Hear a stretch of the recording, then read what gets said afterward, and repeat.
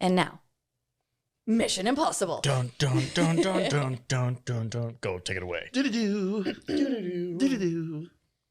Doo-doo. Dun, dun, dun, dun. All right. 1996, Mission Impossible, rated PG-13 with a runtime of 1 hour, 50 minutes. This had a budget of $80 million. What do you think this brought into the box office, gentlemen? Starting with Alex. 152. B? I think this was a pretty big movie. And Tom Cruise, a lot of star power in this thing. You know, it had Emilio Estevez in it, for God's sake. Emilio! I think, what did you say? 152. I did better than that. Yeah? I'm gonna say, God, I think it was like, didn't they have like McDonald's Happy Meals? Go as big as you want, V. 260. $457 million. I knew this was a big movie. Holy big shit. deal. Yeah. Yeah. I had no idea it was that popular. Yeah. Wow. I went back Tom and Cruise was huge. I went, it's on Paramount Plus. I went back and I watched a couple episodes from the original series in 1966 to kind of get like an idea of like what this source material was for this How movie. did that hold up? Was it nostalgic? I don't know. I've never seen it before. I was watching it for the first time. But the name Dimitri like means a lot. Okay. Which was weird because you hear that in the first movie and then it comes back in the second movie and you're like, this Dimitri character that everybody talks about. That's from like the first season premiere episode of the show. Like Dimitri was a big character. So Was this a book? I don't know. Kadish, do you know what the backstory is for this? Yeah, so it was basically, it started off as a TV show, and it was about this team of basically, secret agents who would pull off heists, essentially. So like every episode, it was like an impossible mission that these guys had to figure out how to do it. It had Martin Landau in it and, a bunch of other people. And for years, Paramount, who owned the rights to the TV show, they were trying to figure out how to turn it into like a movie franchise.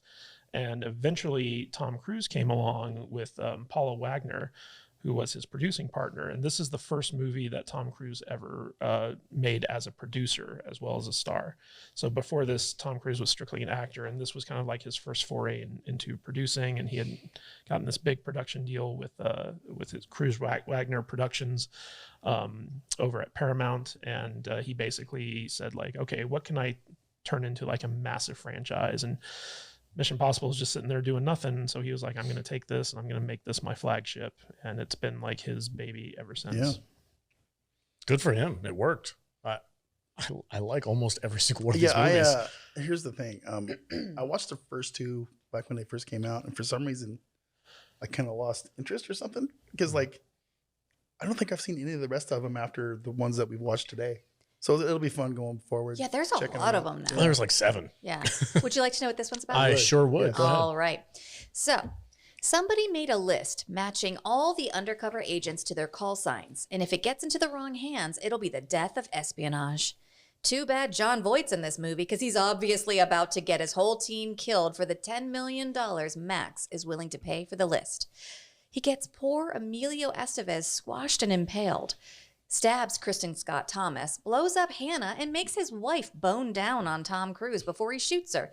At least that's what I think happened. I kept falling asleep. So Tom Cruise hires the professional and Marcellus Wallace to help him get the list before anyone else can get the list. And no wonder he still looks 25. His face has been under latex cover as well as his name. And he's got to track down the killer, who's obviously Jon Voight, and keep the list out of the hands of those who want it. Discuss. Yeah. As soon as I saw Jon Voight, I was like, oh, he's the bad guy. He's the bad guy. Yeah. 100%. 100%. So, all right. I have to admit something. Break it down for us. Go ahead. I fell asleep like 3 times watching this. This movie's not fast paced. I tried to watch it twice. I fell asleep both times. I was like, I was watching this in my room and I'm like, oh, shit. And then I'm fucking around on my phone. I was like, this movie, as popular as it was and as popular as it is, and it did not keep my interest. It's real slow. It was weird. I had Discord open on my phone and I kept just getting distracted. And if I'm into a movie, if a movie is good, I can put my phone down and pay attention. I had a hard time doing that with this movie. I really did. And I don't really know why. Yeah. You know what I mean? Yeah. But yeah, so I don't know. That's kind of where I'm at with this one. So Kadish was out of town this weekend, and you guys know I like painted the house while he was gone. I was in the middle of painting while I was watching this, and I was asleep by the end of it. And then I tried to watch it again once he came home, and we both fell asleep. I like this movie. I appreciate it, but you guys are spot on. It's a slow burn, and it does not keep your attention until like way into 3/4 in is when the action actually starts. Like the most famous scenes from this movie are not for like 40 minutes into it. Like the whole like suspended above the floor and the helicopter blowing up behind him and him getting thrown onto the train. Like that shit's like at the very end of this movie. Did you know that he kept bonking his head on the floor while he was doing that suspension I didn't. That's amazing. He had to put shit in his shoes to balance him out. Where did you learn that? I forget. Probably IMDb, which is also bullshit. He's got to wear like It's probably 3-inch made lifts up. in his shoes anyway. Yeah, so he can match up with everybody else. He put coins in his shoes to balance himself out. That's amazing. I did not know that. That's hilarious, though. Tom Cruise is short. Kadish, what did you think about this movie? So I love this movie. I can remember seeing this movie 5 times in the theater. I was obsessed with it. Brian De Palma, the guy who directed this, is a very well-known filmmaker. He did one of my all-time favorite movies, which is The Untouchables. But he was also part of that counterculture kind of filmmaking group that kind of came up. He's got a very unique visual style to him. And when this movie came out, I had been obsessed with the trailer for it because the trailer had like this revamped Mission Impossible theme. Oh, that song's epic. Yeah, and the trailers for it were like, you know, like you see Tom Cruise like doing like the suspension thing in the CIA room, and the helicopter blows up and gets thrown onto the train and all this other stuff. So it was a very exciting trailer. And when I saw this movie, I was just like blown away by it. And you know, I went back and studied it in the theater, you know, like just rewatching it so many different times. And I have a lot of like very fond memories about this film, and rewatching it, you know, this week, it still holds up. It's not an action movie. No. So like one of the things I really respect about this movie is that it's a good thriller film. It's a good spy film. It's intellectual. You know, like you have to pay attention to what's going on. And it's the only movie in the franchise that doesn't have like Tom Cruise shooting a gun, you know? So like this was a very cerebral film, which is what I can appreciate about it. And then like the next film goes entirely like hardcore action. And goes then full John Woo. Yeah. And then the third one kind of balances like the two things. But this one was strictly, it was more kind of faithful to the TV show in the sense that like, you know, they're presented with all these like different challenges that they have to kind of like figure out a way to overcome. The start of the movie was very focused on the team. And originally, so like this movie went into production without a finished script. And the way that the script worked was Brian De Palma came up with all like the big set pieces, which is like Tom Cruise escaping from the restaurant, the CIA thing, you know, breaking into Langley, the bullet train at the end, stuff like that. And then 2 other writers came in, David Koepp being one of them, and they basically figured out like the plot, the dialogue, and everything in between. So the movie was kind of being made or written as it was being made. And this is the first movie where we see Tom Cruise do his famous run. This is the first movie where Tom Cruise started doing all of his stunts. He was very invested in its success because it was his first, you know, movie as a producer. And, you know, there are a lot of things in this that I really like, for instance, the casting of Emilio Estevez. So it was basically like Brian De Palma cast Emilio Estevez because he was kind of like hot at the time. He was coming. Was he Coach Mighty Bombay Ducks. by this time? Yes, Okay. he was. So Mighty Ducks, Young Guns, and stuff like that. And they wanted to surprise the audience by having a recognizable actor that they kill off like very early on in the film. And originally they were going to have like the original cast of the TV show come in, play, like reprise their characters and get them all killed off. And all the original actors were like, no, fuck you. And Robert Graves, so like his character is played by Jon Voight, who was like the character from the TV show. Right. And he's played by a different actor. And what they tried to get Graves to come back and reprise the role. But once he found out that his character was the bad guy and the traitor, he was like, no, I'm not doing that. So like they cast Jon Voight because at the time, Jon Voight was like a guy that Brian De Palma was convinced no one would ever see as a bad guy. So, you know, there's just a lot of interesting stuff in this movie that I just absolutely love. I love this movie too. I do agree with these guys. It is very slow. It's a slow burn. It is cerebral. It uses more of like a thinking man's action movie than your typical, like what we think of Mission Impossible today is like all action, explosions, gunfights, and cool stuff like that. This movie, I think it felt more like it was in line with what the TV show was in the 60s, because it was like they didn't have a lot of action. It was all like mystery and solving puzzles and stuff like that. But I enjoyed the heck out of this movie, and I think one of my they did Emilio real dirty. Like that. They squashed him and impaled him in the face. Yes. And it was like full on, like they didn't cut away from that or nothing. It was just like he looks up and there's like this freaking giant spike coming down him, which, okay, so immediately when they were talking about like Jon Voight being the bad guy, like you kind of get that impression because as his team is dying, he's like suspiciously calm during the whole thing. He's like, Ethan, we just lost Jack. Jack is dead. Like, bro, you just watched him get impaled. Yeah. Like, he had more reaction over him like toppling his chair over than about like all of his team dying. Yeah, so immediately you're like real suspicious. Yeah. Also, Jon Voight is a bad guy.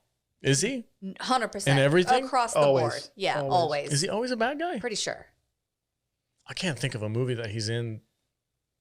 Anaconda? He's in Anaconda, right? Yeah, he's the bad guy in that. He's a bad guy in that. Well, he was in Tomb Raider. He was Laura Croft's dad in Tomb Raider. But that was more like a cameo. He's a shitty dad. He died. Screw him. I've actually met Jon Voight. He's a nice guy. That's good. I'm glad to hear it. I love it when I hear that. actors. He makes nice. really hot offspring. What? Dude, Angelina Jolie? Come on. Yeah, we all know who you're talking about. Yeah. Yeah. His sperm does it for me. Does it? Makes hot babies. Got good sperms. Oh, God, the way you It's said it. getting weird. Anyway, so yeah, this opening scene where Ethan's team gets all killed, it's very intense. You're like, oh shit, what's going on? But my favorite thing is that goddamn bubblegum. I fucking love that bubblegum, man. When Emilio's like, you mix the two, and he has a cat. Just don't chew it. No, he's like, hasta lasagna, don't get any on you. That's what he says. Yes, thank you. I knew he had a catchphrase. Ossia lasagna, don't get you any, whatever the hell it is. Don't get any on you.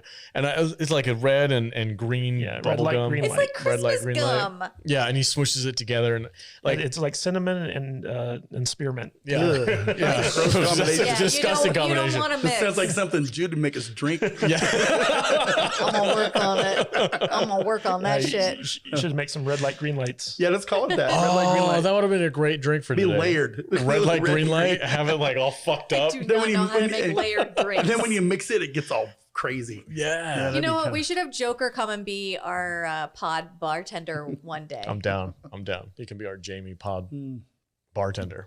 Anyway, I love that like gimmicky kind of weird tech in this movie is so freaking cool. I love that shit. When he throws it at the freaking fish tank and the fish tank explodes, and that scene is probably one of the best scenes in the show is when There's the fish tank opens there's up. several iconic scenes in this movie. And the fish tank scene, Yeah, the wire scene where they're breaking into the Pentagon or Langley or whatever that is, Langley and of course the exploding bullet train thing. the helicopter stuff Yeah. at the end. Those always Which come out. I'm sorry, I have to call bullshit on that Yeah, helicopter thing. we'll get there. We'll get there. Okay. But yeah, it's just but that's the thing about this movie. It has iconic scenes, but the rest of the movie is kind of meh.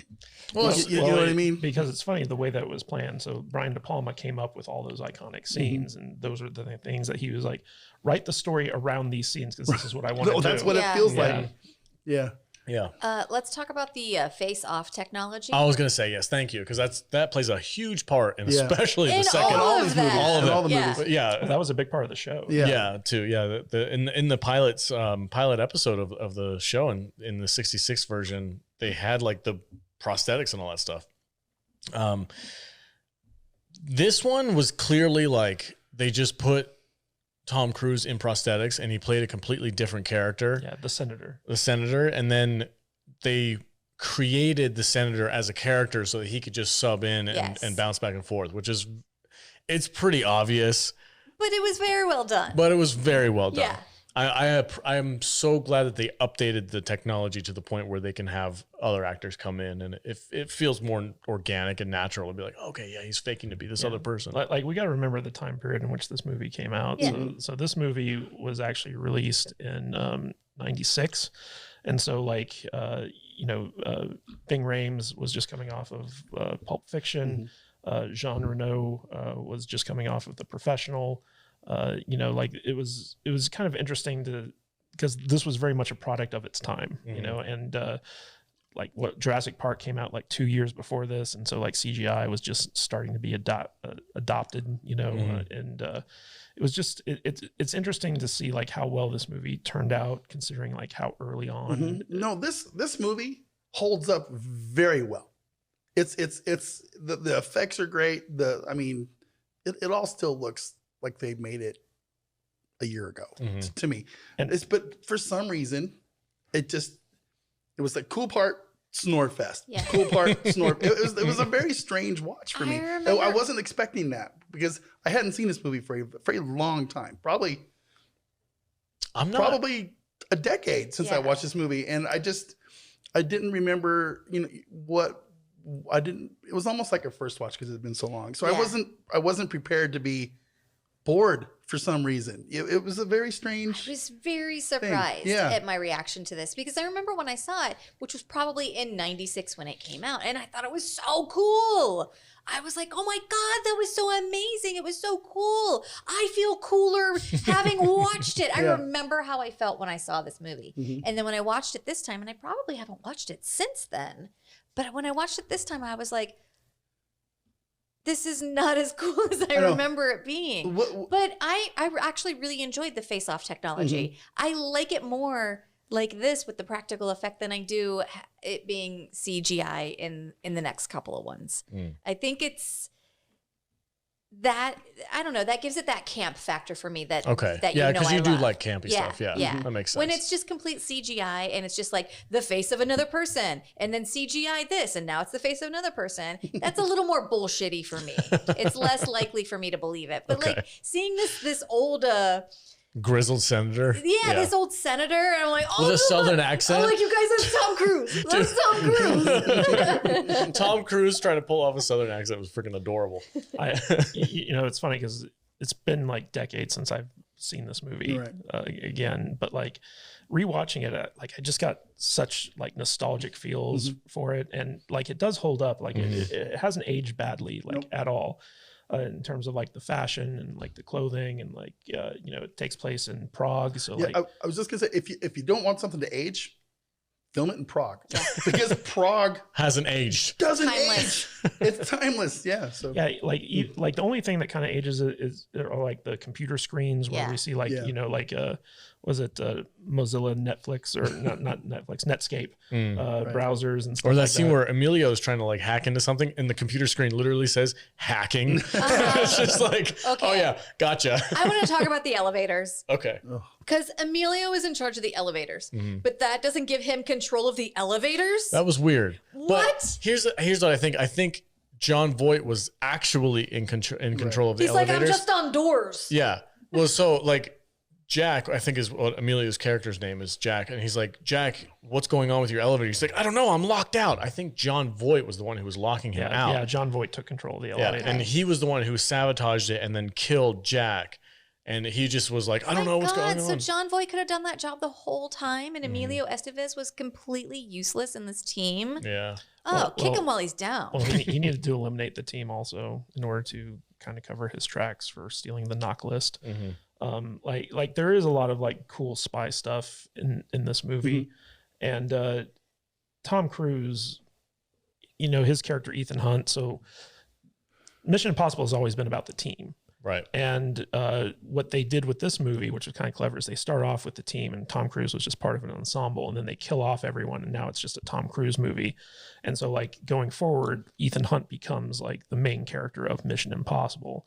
And it was kind of slick how they did it. But the Langley scene where they have to break into like the super secure CIA room, that holds up very well too. Like it doesn't age poorly at all. No, it's a great scene. We can talk about it right now. If that's probably the most iconic scene from this movie, but also in cinema. Like, you know, you when you think of Tom Cruise, you think of that scene where like he almost hits the floor. So and it's been like lampooned and I bet you there's some people out there who don't even know where it originally came from, and they're just like, oh yeah, where he's suspended on the ground. He's like, yeah, that's Mission Impossible 1. That scene is so tense though. Right? Like, you know, like when you're watching it, you're just like, oh man. I gotta ask a question though, because during that scene, I was on the edge of my seat, as you would be watching that scene. You're like, oh shit, he's gonna touch the freaking floor sensitive, whatever the fuck.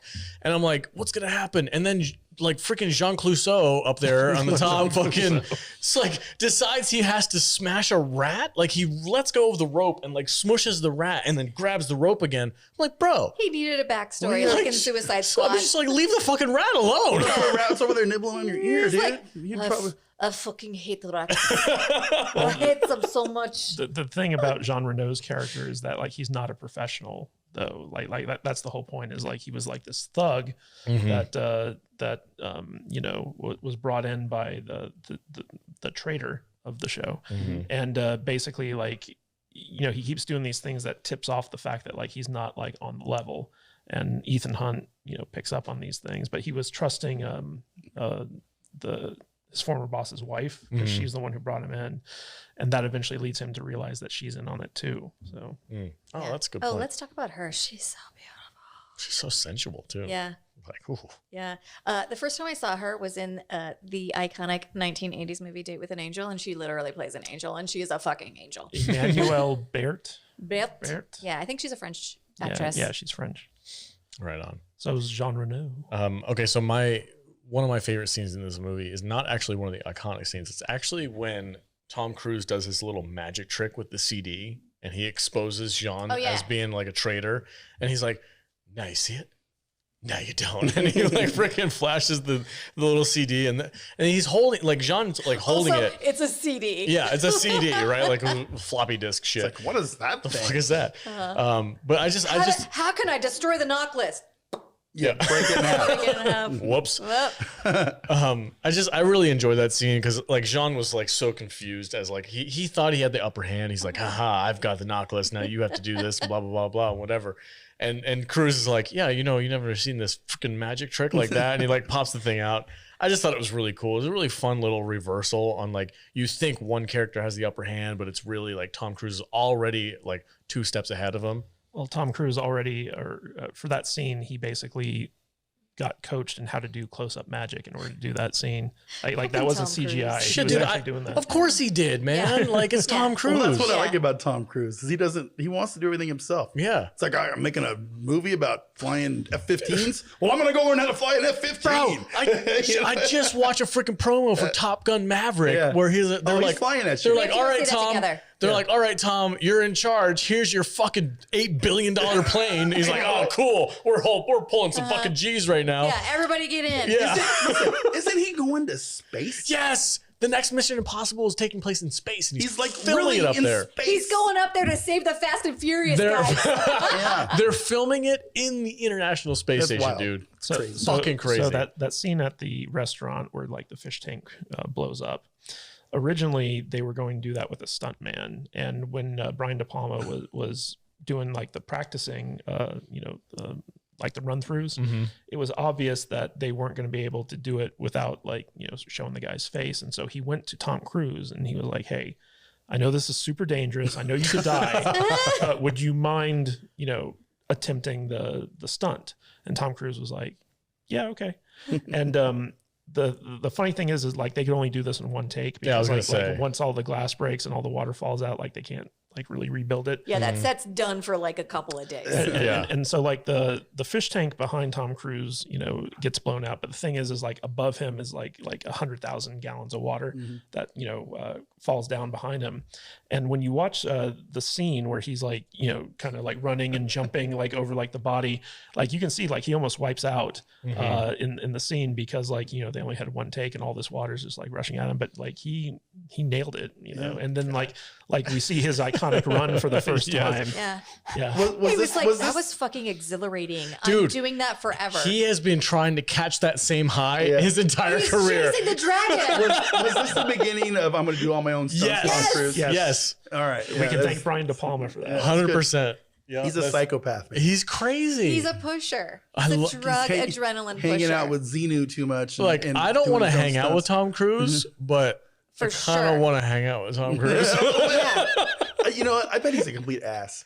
I don't know. I bet he's I a don't complete know. total ass. Oh, he's that guy that has to like go to bed with the sun and rise with the Yeah. sun. Did you and no guys- alcohol. He's a bore. Did you, I don't think I'd In want to my hang out head with canon, he's Dude, a bore. did you guys hear? I don't want to party. I with want to him. hang out with Jason Momoa, not Tom Cruise. Yeah, For sure. that would be more fun. For For sure. sure. I'm gonna throw Beer an and axe. throng Throwing axes. axes Yeah. and shit. Fuck yes. Yeah, for sure. Tom Cruise is like, I can throw an axe. Yeah. Oh, I bet you he'd beat Tom. He'd God. probably be like, I'm going to learn how to throw an axe until I have to beat Jason Momoa. Yeah, and he's going to be yelling the whole time, but it just goes up an octave and doesn't actually get any louder. Oh, God. Don't remind me of The Mummy. That movie sucked. That's a one bad Tom Cruise movie. We found it. Oh, Remember we were that talking is like, one. hey, what's the Yeah. bad Tom Cruise movie? The Mummy. Yeah. 2000 fucking whatever the We'll hell have to it was. do bad Tom Cruise movie. I mean, week. it's better than The Mummy 3, though. that would be challenging. Fair. Can we do bad mummy movies or No, just bad Tom Cruise movies? Cruise movies. We'll have to figure that out later. Yeah, Yeah. that's a good week I'm though. offended that you want to do that. I am offended. He would be like, "What the fuck are we watching these stupid movies for?" I'm offended that you think there's more than one. I'm looking at his IMDb right now. Anyway, so yeah, we got the iconic scene. I love that whole suspended scene. That was great.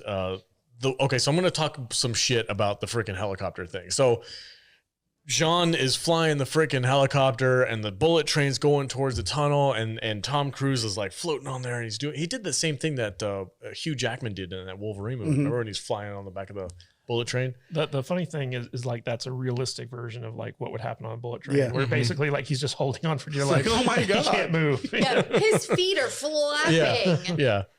They didn't film that for real, right? No, that had to have been that CG. can't be real. That was a wind tunnel. Had to have been a I wind mean, tunnel. I know the helicopter stuff is all fake, but the sliding around on top of the bullet train, maybe I don't know. I don't know how No, they they did not actually film that on the bullet train.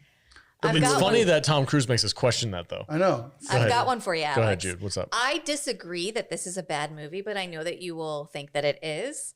Rock of Ages. The Oh, musical. terrible Tom Cruise. The movie. musical. Oh, That's- I've never seen it. yeah, That I've movie's never seen it. great. So I fucking can't bad. say if it's He bad or plays not. an aging rock star. Terrible. Of course he does. It's so good. He learns how to sing too. I think he learned how to yeah. play the guitar for that. He does all that his own movie. stunts. Does all his own stunts. Okay. Anyway, Oh, Magnolia. I didn't like Magnolia. I don't know what that is. oh, you know what you wouldn't like is Vanilla Sky. I didn't like Vanilla Sky. Yes, I remember that movie with Penelope Cruz. Didn't he win Best Actor for Magnolia? That was a mind trippy movie. That movie like messed me up in my head for a long time. Like Vanilla Sky. you Yeah. talking about? yeah, it fucked me up. I fucking love Far and Away. It was weird. Anyway, My hat. I'm just real quick. I'm just gonna say the whole freaking helicopter being pulled by the bullet train at breakneck speed and then like diving into the tunnel. Yeah. Get the fuck out of here, Call dude. bullshit on that. No way. That dude would That be, is unbelievable. that dude That would does be not work. dead. Immediately dead. Wait, As see, soon as he hooked that freaking thing up to That's it. kind of the thing about these movies, right? Is like they're not really doing anything that you kind of maybe can't see a super secret agent guy like actually do, especially in this first one, you know. Mhm. But then they do this stupid helicopter shit at the end. They crank it up to And 11 I'm at like, the end. Oh come on, come on, Well, man. when It the kinda ruined it a helicopter little bit. exploded and propelled Tom Cruise like Yeah. onto the train, like that was pretty cool. That was very cool. He'd be dead, but it was very cool. You remember when that helicopter exploded? Remember that time? That was cool. yeah, That was cool. So cool. Oh, this movie. Anyway. Did we just turn into the Chris Farley show? Sure. Yeah. You remember that time when that helicopter exploded? Kittrick, you've never seen me upset. Yeah. That was freaking I love that part. I love that part. That's my favorite part. He's being like half interrogated by this Yeah, dude who thinks yeah. he was the traitor who killed his team, right? Yeah. It's right before the fish tank thing. And and the guy's like grilling him. And he's like, I can tell you're upset, Ethan. Let's just take a break and let's just go back to Langley and we'll figure everything out or where the hell they were going. Don't And you he's tell like, me how to feel my own he's like, feelings. you've never seen me upset. And he throws the freaking gum at the thing. Oh, dude, it was so and, good. And Henry Cerny, the actor who plays Kittredge, like I for some reason I just love him, and he was so good in this movie. He's so good. yeah. How did the red light, green light gum get sticky and like it was all chewed up and gross? And No, stick you to the don't. thing? You don't have to. You 'Cause he just just have folded to. it in you half. just have to fold it in half, and then it creates a chemical reaction, and don't question it. because you Well, Just piece- smush a piece it. of he used gum- it. Smush it and throw it. So we see Emilio give him one piece of gum at Yeah. the beginning of the episode, show, whatever. And then he uses it twice in this but movie. here's He the uses thing. it at the very beginning. He squeezes it. Yeah, he squeezes it, and then mushes it up, and he then throws it. But it looks like it's all been chewed. Well, it's You can't gum. you can't mush up hard gum. You can if your hands are really sweaty. Yeah. Yeah. Or like you stuck your hand down the back of your pants before you took it out of your pocket. Yeah. What is that called from the It's mall not rats? actually gum. Though, Yeah. What is it? He brown fisted him or What something? was it? What is What's it? that shit called? Stink fisted. Stink fisted. Nothing brown. Nothing brown. Nothing brown. You ever smell your fingers when you do gross things? With No. You don't? It's kind of weird, but Where is this- where is I think people do that. Where is this going? I don't know. It's a human thing. My sister used to Like, do that to me when I was a child, and I don't want to talk about it. You did the armpit thing Yeah, from weird. Superstar. like pick your belly button and sniff it later. I smell like Manscaped. Axe body spray. This episode brought to you by Manscaped. I wish we could get an affiliate from Manscaped. I use their shit all the time. TMI, bro. We need to get that coffee one. Yes.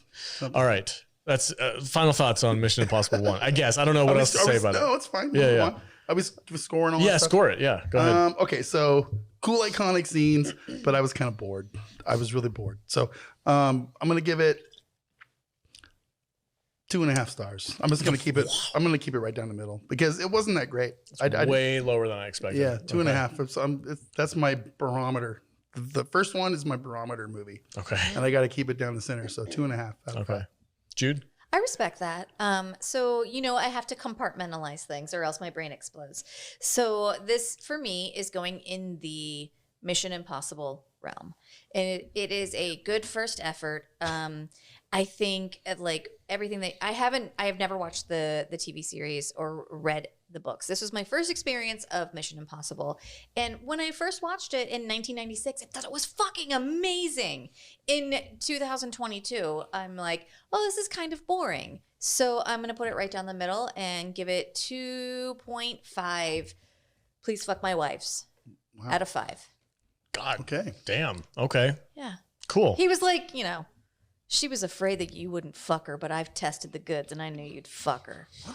It was fucking weird. That's weird. gives a different vibe to that whole train scene, huh? Wow. That's not what you got out of that? Not really, but okay, I She was guess. like, Ethan, we could just steal the money and then we could go. And he's like, oh no, she says, shit, what's his name?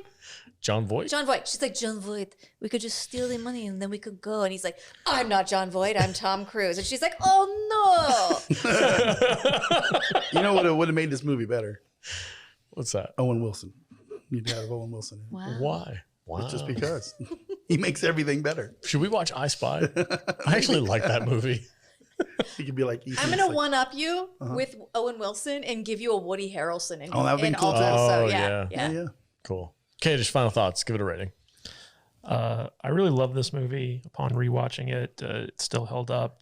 Brian De Palma, this is one of his 2 good movies. The other being The Untouchables. It was just fun seeing like his unique visual style in this film, and like all the iconic scenes that are in this movie, and it kicked off like one of the biggest franchises in Hollywood, and I really enjoyed it. I liked it more than you guys did. I got to give it 4 stars out of 5. Nice. 4 stars. Yeah. Nice. I'm going to give it a solid 3. I was thoroughly entertained. I love it. I loved seeing young Tom Cruise, like the beginning, the very spark of his, like, I'm going to do some crazy shit for movies. Mm-hmm. I love seeing that. I don't know why. Maybe it's because it's like It was fun. It's different context now watching it, knowing what he's become and what he's doing now with stunts and stuff and going to space and shit. I'm just like, God, this is freaking. He started with a fish tank. I love it. It was really fun. Had a great time with it. I think I'm kind of with you guys. Like, I've seen this movie before, but I felt like this was a first watch. Yeah. Because I didn't remember This a has lot been- of it. Yeah. Might It's as well been be too first, long. right? Yeah. So, yeah, solid 3-star for movie for me. I enjoyed the heck out of it.